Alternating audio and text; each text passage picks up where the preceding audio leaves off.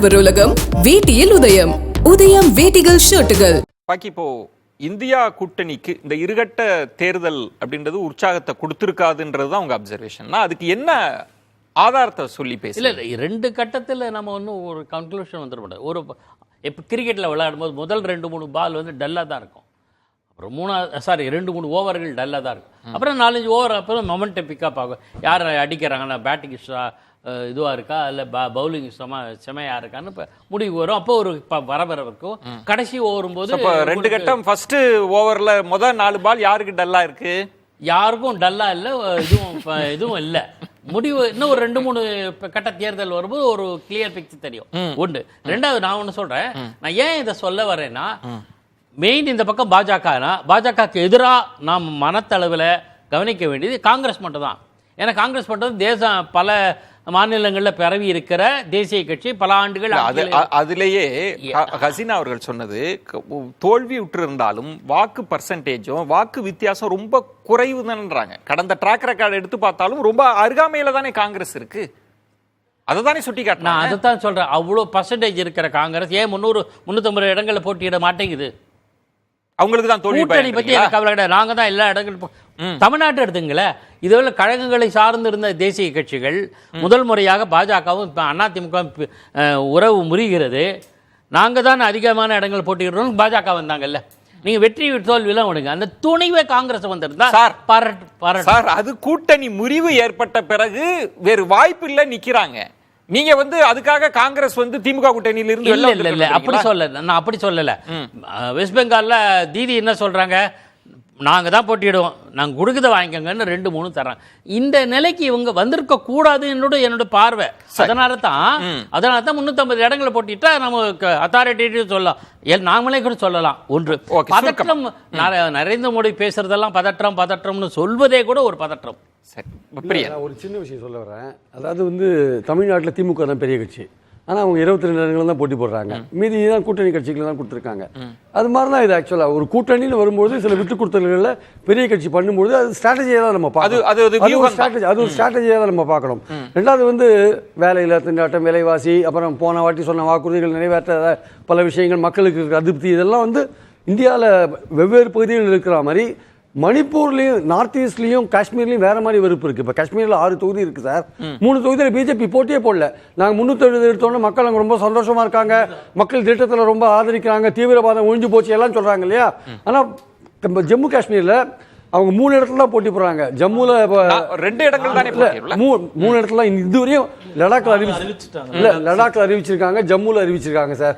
அப்புறம் இதுல அறிவிச்சிருக்காங்க, உதம்பூர்ல அறிவிச்சிருக்காங்க. இன்னும் 3 இடத்துல அறிவிக்காதே இருக்காங்க. பாராமுல்லால அறிவிக்காத இருக்காங்க, அனந்த்நாக்ல அறிவிக்காத இருக்காங்க, அப்புறம் இது ஸ்ரீநகர்ல அறிவிக்காத இருக்காங்க. இவ்வளவு தூரம் நீங்க காஷ்மீரே மாறிடுதுன்னு நீங்க சொல்ற, நீங்க ஏன் போட்டி போடாத இருக்கீங்க? ஏன் நார்த் ஈஸ்ட்ல ஏன் போட்டி போடாத இருக்கீங்க? பல இடங்கள்ல ஏன் போட்டி போடாத இருக்கீங்க? ஸோ நார்த் ஈஸ்டோ காஷ்மீரோ அங்க இருக்கிற விஷயங்கள் வெவ்வேறு. மத்திய மாகாணங்கள்ல இருக்கிற ஹிந்தி ஸ்பீக்கிங் பெல்ட்ல இருக்கிற அதிருப்தி வெவ்வேறு.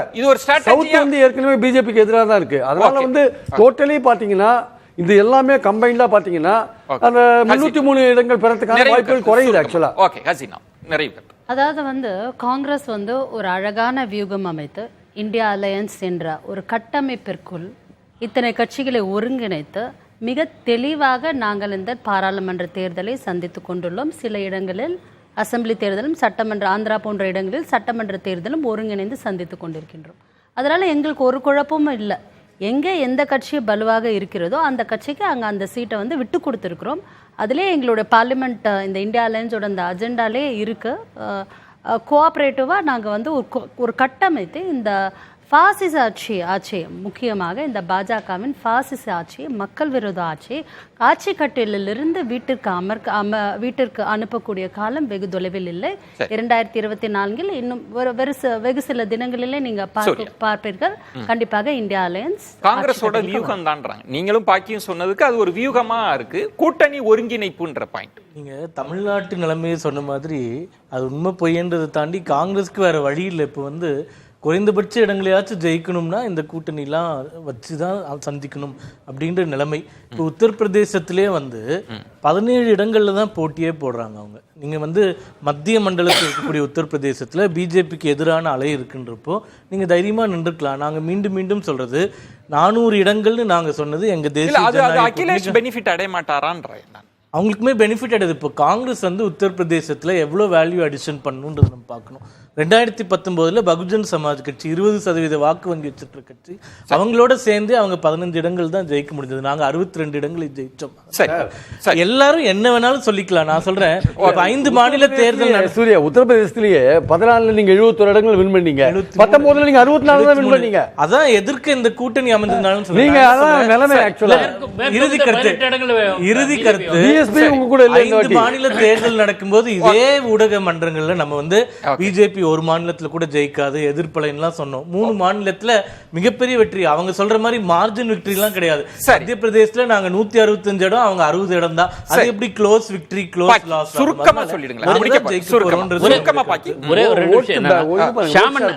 ஷாமன் சொன்ன 2004 விஷயத்துல 2004க்கு முன்னாடி வாஜ்பாயோட திமுக இருந்தது, தெலுங்கு தேசம் இருந்தது, அகாலிதள் இருந்தது, திரிணாமுல் காங்கிரஸ் இருந்தது. ஆனா 2007 அத்தனை பேர் வெளில வந்தாங்க. அது அரித்மெட்டிக் கால்குலேஷனால தான் வெற்றி வாய்ப்பை வாஜ்பாய் இழந்தார். இந்தியாவுக்கு அதான் உதவும். ஆக்சுவலா இந்த வாட்டி இந்தியாவுக்கு நீங்க சொல்றதா உதவ போறது. அதான் ஷாமு என்டாஸ் பண்றாரு. பொறுத்திருந்து பார்க்கலாம். ஆடவர் உலகம் வேட்டியில் உதயம். உதயம் வேட்டிகள் ஷர்ட்டுகள்.